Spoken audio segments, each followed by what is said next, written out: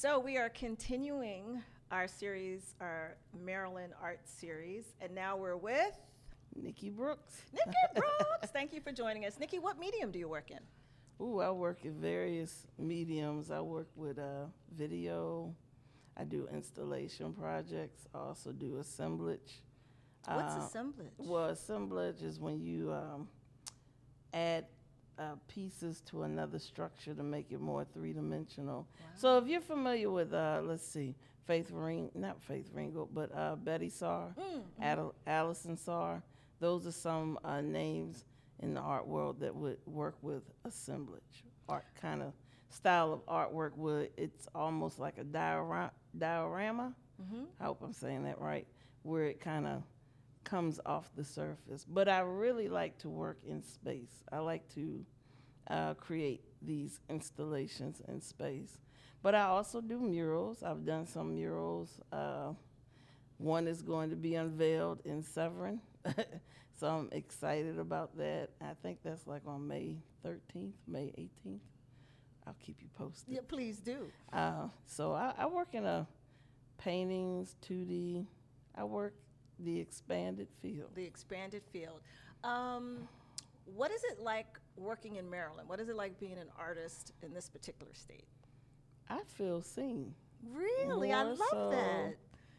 More than anything, and I'm going to give my shout outs to first and foremost Chanel Compton from the Banneker Douglas Museum, who came to me and Micah and recognized, and this was during my thesis year at Maryland Institute College of Art, that I actually had something to show. My home state is Virginia, and the love of my family has always propelled me to be an artist. So let me preface this by saying that because my you know they're mother, going to be watching. exactly, And they're going to be like, what is she talking about? Like, what are you talking about? You better give, us some love. That's I have showcased a lot in Richmond because I'm an undergrad. My undergrad was VCU. So shout out to the 804. But Maryland, I really have felt like I've been seen and reflected. And it seems more prevalent now that I've gotten my MFA from Micah, where I'm really being exposed. Another awesome curator in my life, Monica O. Montgomery, because she gave me my first solo showcase outside of my thesis show, and it was immediate. Wow. And so I was very overwhelmed, but also honored to have gotten that opportunity. And ever since that moment, I feel like my wings have fluttered and started to fly. So I love that you said twice now, you were seen, you felt seen. What advice do you have to other artists who maybe aren't having that same experience? They're not being seen. They're not feeling the love. Ooh, that's a good question and a tough one, because I was in that space for a long time. First of all, I would say, if I would speak my truth, is do it for the love of it, period. Yeah. You can't reflect on who's not seeing you at the moment, because people like me will come and find you. I also curate. I curated my first show at the DuPont Underground this past March, and it was a pinch me moment, but we had over 15,000 visitors come to the DuPont Underground to see that show. That's amazing. To look at a lens of 16 amazing Black, female, and film artists. How did you find them? For Women's History Month. Well, so LaToya Hobbs was my first, on my mind first, and I was her graduate teaching intern at Micah, and she's doing amazing work now. And then from there, I went to Lavette Ballard, who was featured on the cover of Time magazine. This is her second showing for the month of February, but I stalked her, and she will tell you that. And it was because of LaToya Hobbs that she was like, who's this chick, Nikki, coming after me? Is she for real? And LaToya was like, yes, she's an amazing person. So thank you, LaToya. And I had, the other ones were connected to me like through DCPS because I taught at DC, in DC. I was in another show for Sarah Matthews, Live Life Alive at Brentwood. So all these other female artists were connected to me. Liz Miller was my classmate at MICA. Denise Ashley King was my classmate at MICA. And Anike Robinson was another classmate of mine, or she's soon to be another MFA graduate of MICA. So that was just the name of few of the 16. As a professor at Howard University and as a daughter of a visual artist who also taught and had carried like 2-3 degrees, something crazy like that. Daddy just went back a lot of times. But I hear education a lot, and I hear that's part of your trajectory and part of your community. Can you talk a little bit about how important education is for artists and how it played? You've spoken about how it played out in your life, but boy, the connections that you've made just through your education trajectory is impressive. So what do you tell other artists? Is that a track that they should be going down? Well, I mean, one of the artists that was in that show is Brittany Mona, who's self-taught. Mm. And so I also couldn't say that, I don't know, it's a trajectory that an artist makes for themselves. Mm-hmm. I can't necessarily say this is the right direction to go because no one knows your hand like you do. Right. So I don't know. I mean, for me, going back, so I decided to go back to graduate school at the age of 40. I was 39 when I applied because I was feeling lost. Mm-hmm. And I was finding myself doing only flat 2D things, and I was like, I know I'm more than this. But it was innate. It was something inside of me that said, I'm more than this.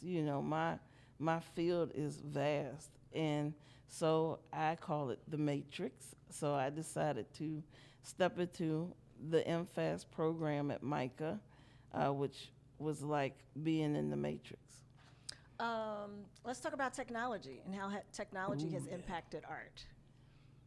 Definitely. So one of the things, and I'll say this to point out strongly on technology, is the show that I curated was all projected images. Normally when you walk in a gallery, you want to interact with the work more in a physical sense, but audience found themselves still able to interact with the work because of its size and scale. You could walk up to the piece and really embed yourself into each work of art at that show. So I see the power of technology when it comes to the thinking of how galleries will choose to exhibit future artists. That can be a lens. I've also partnered with Robin Bell, because around here in Montgomery County, I was one of the 6 artists whose films was projected on the courthouses for the Certain Parties Unknown showcase that talked about the 3 lynchings that happened in Montgomery County. So the power of technology is already here. It's been here. It's just how we're choosing to use it. But it's really been embedded in the works since Andy Warhol picked up a camera and started using it for his own personal art. Where do you see the technology going with AI? And I know a lot of artists have trepidation because they think their art's going to be stolen. They think their art might be misrepresented through AI. They think that maybe they would have less value as a creative because of AI. Where do you fall in line with that? Ooh, that's a good question. I'm kind of in between. It's scary. The unknown is always scary, right? And so for me, when I think of AI, I would think of a way to use it to help me empower my practice more. And I hear that AI has the ability to help you write and think about your papers. So, and it was just me and my wife and a couple of other friends talking, but it was also like AI, if AI has that power to help you think creatively like that, then imagine what it could do for me. Like I can speak to it and it can help me really put out an image or an idea that I'm like, oh yeah. So it's like I would see it as a partnership. I like that. So Tiffany released a limited edition Nike sneaker. And AI, before they released it, they did a soft opening. They told everybody it was coming out, but they didn't tell them what the image was. So people started using AI, trying to figure out what that sneaker might look like. Mm-hmm. And the images that they created were actually better than the sneaker, the actual physical sneaker. What they imagined was actually better. So right. I think we're going to go in a world that will challenge us to think deeper and in different ways when we talk about what's creative. I think it'll help us. I hope it will help us think differently. At MCM, we pride ourselves on being able to offer Montgomery County residents access to media and a platform for them to share their media on our access channels. How does media play a role? Like now you're sitting down and doing an interview. You sat down, when you first sat down, you said, well, this is all new to me, right? So how does media play a role in what you do, particularly in marketing your work? Ooh, well, I am very old school. So Instagram, Facebook, that is my typical way of getting out. Now I'm good with tagging people to come out. So it does, I do see its power because, again, the show I just curated was its media presence really picked up. And I know I keep saying my show, so I should say the title. Yes, you should. Right? It was called The Cost of Living, an observation of the resilience. Lord, my brain is losing its thinking. That's because you've moved on to another project. I know, right? Because I have moved on. Where can we find it? If people want to find that, because it's an amazing piece of work that you have, right? So yeah. Where do they find it? They'll use media to find it on a website. Yeah. Did you tag? Well, DuPont Underground also put out their press release. I do have a manager. I should have said that.